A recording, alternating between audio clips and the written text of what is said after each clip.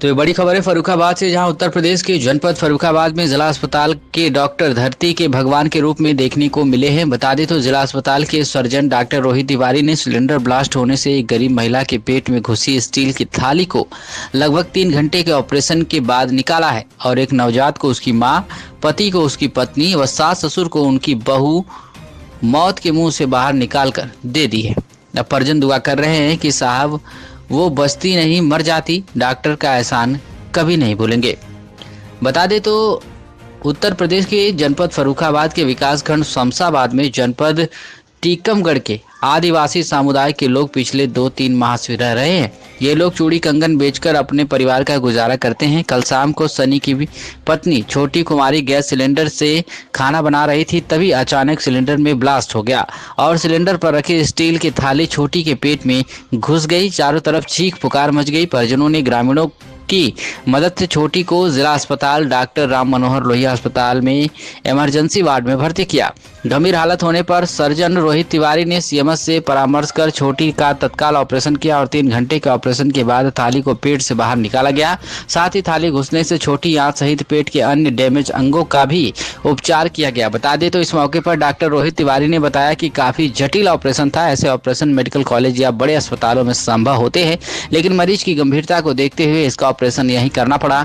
अगर रिफर करते तो ब्लीडिंग अधिक होने से मरीज की जान को भी खतरा बढ़ सकता था। क्या कुछ कहना है इस पूरे मामले में सर्जन रोहित तिवारी, आप सुनिए।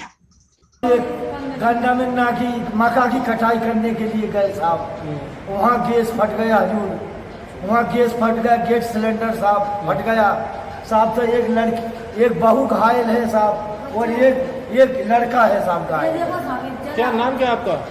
मेरा नाम है अर्जुन गुलाब। रहते गाँव साहब हम सुकुहा रहते हैं, जिला टीकमगढ़, जिला टीकमगढ़ साहब, जिला टीकमगढ़ रहते हैं हजूर। हम हमारे पास कोई जमीन नहीं है साहब, कोई साधन नहीं है। अब बहुत सुरक्षित है आपकी? ठीक है, ठीक है साहब। हाँ साहब, अभी साहब मुँह तो बोल नहीं पाती है। साहब ने बहुत व्यवस्था कर दिया डॉक्टर साहब ने। डॉक्टर अच्छे हैं? हाँ साहब, डॉक्टर साहब बहुत बढ़िया किया साहब। वो बचती नहीं साहब, वो मर जाती नहीं कभी डॉक्टर साहब। हाँ, ये डॉक्टर साहब ने बचा दिया। टाठी काड़ी साहब, पेट में से टाठी निकाला है डॉक्टर साहब। और गैस सिलेंडर फट गया जो। डॉक्टर साहब क्या है? डॉक्टर साहब ने साहब अब सर ने इतनी प्लेट बढ़ गई थी वो नहीं। डॉक्टर साहब, आपने एक ये ऑपरेशन कल किया, एक महिला का उसके पेट में थाली चली गई थी, तो क्या पूरा मामला था और कितना कठिन था ये ऑपरेशन यहाँ लोहिया हॉस्पिटल में होना? नमस्कार सर, मैं मेजर डॉक्टर रोहित तिवारी हूँ सर। मैं यहाँ जिला अस्पताल में एज ए सर्जन पोस्टेड हूँ। शनिवार के दिन सर एक पेशेंट इमरजेंसी में आई 9 बजे के आसपास सुबह, और उसने बताया कि खाना पकाते समय उसका सिलेंडर फट गया और स्टील की प्लेट जो उसके ऊपर थी वो उसके पेट में आधी घुसी हुई थी और आधी बाहर थी। ईश्वर की दया से उसके पेट में गोदी पे जो बच्ची थी 1 महीने की, वो सुरक्षित रही, अन्यथा उसको तो बचाना बहुत ही मुश्किल था। इसका डिसीजन मुझे तुरंत लेना था, क्योंकि अगर इसको हम ऑपरेशन नहीं करते तो उसकी ब्लीडिंग से या फिर और किसी कारणों से मृत्यु निश्चित थी। लेकिन जब ईश्वर की कृपा होती है तो सब चीज़ें आसानी हो जाती हैं। इस अस्पताल में आईसीयू वगैरह की सुविधाएं इतनी नहीं हैं, अभी जिला अस्पताल है, मेडिकल कॉलेज नहीं है ये। लेकिन धीरे धीरे जो हमारे नए सीएमएस हैं डॉक्टर अशोक प्रियदर्शी, उन्होंने बहुत सारी चीज़ें उपलब्ध कराई हैं ऑपरेशन थिएटर में, जैसे कि कॉटरी मशीन होती है, ओटी लाइट्स हैं, सूचर्स हैं। तो पहले से काफ़ी सुधार है और हम बहुत ही अच्छी सुविधाएं देने की उसमें स्थिति में आ चुके हैं। कितना जटिल था ऑपरेशन यहाँ होना?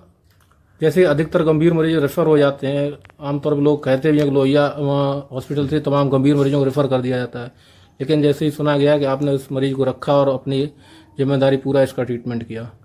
आप बिल्कुल सच बोल रहे हैं कि हाँ, अक्सर रेफर किए जाते हैं पेशेंट्स। ऐसा इसलिए होता है क्योंकि मतलब ऐसे बड़े ऑपरेशंस के लिए बैकअप टीम चाहिए होती है, मल्टी डिसिप्लिनरी अप्रोच चाहिए होता है और भी स्पेशलिस्ट डॉक्टर्स की ज़रूरत होती है।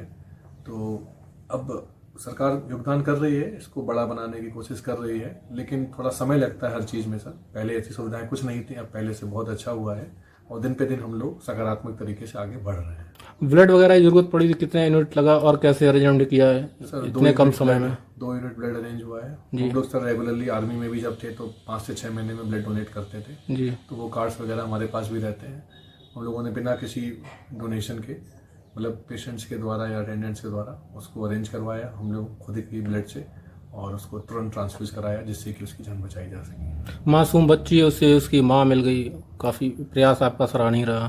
सर बहुत हमें भी खुशी होती है सर, जी। कहीं ना कहीं ऐसे पुण्य कार्य करने से हम लोग को जो ऊर्जा मिलती है ईश्वर के द्वारा, वो भी हम लोग को आगे बढ़ाती है।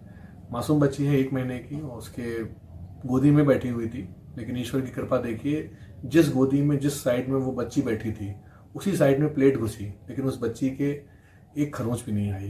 ये साक्षात ईश्वर की कृपा है, क्योंकि माँ तो झेल गई, वो बच्ची इतनी बड़ी चोट ना झेल पाती। उसका चेहरा देखते ही हमें लगा कि नहीं, अगर इसको नहीं ऑपरेशन किया गया तो ये 2 जिंदगियां मुश्किल में पड़ जाएंगी। ये जो प्लेट है कितने अंदर तक धंस गई थी? सर काफ़ी अंदर थी। हमारे पेट में जो मसल्स होती हैं, फैट होता है, उसके बाद एक और मसल्स की लेयर होती है, फिर पेरिटोनियम होती है, फिर स्टमक होता है, मोमेंटम होता है। उन सब चीज़ों को फाड़ करके जो स्टमक है उसका ग्रेटर कर्वेचर, उसमें परफोरेशन था, छेद था, और जो स्मॉल इंटेस्टाइन थी उसमें भी ट्रॉमा था। ब्लीडिंग बहुत थी, और जो छोटे छोटे पार्टिकल्स थे, पत्थर आसपास रखे होंगे, वो बहुत सारे थे।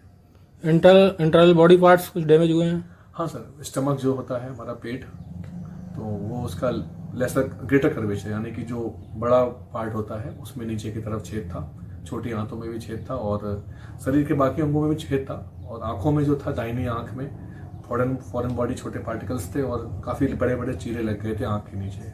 उसको मेरी पत्नी डॉक्टर आकांक्षा तिवारी, जो कि आई सर्जन है, उन्होंने अच्छे से मैनेज किया।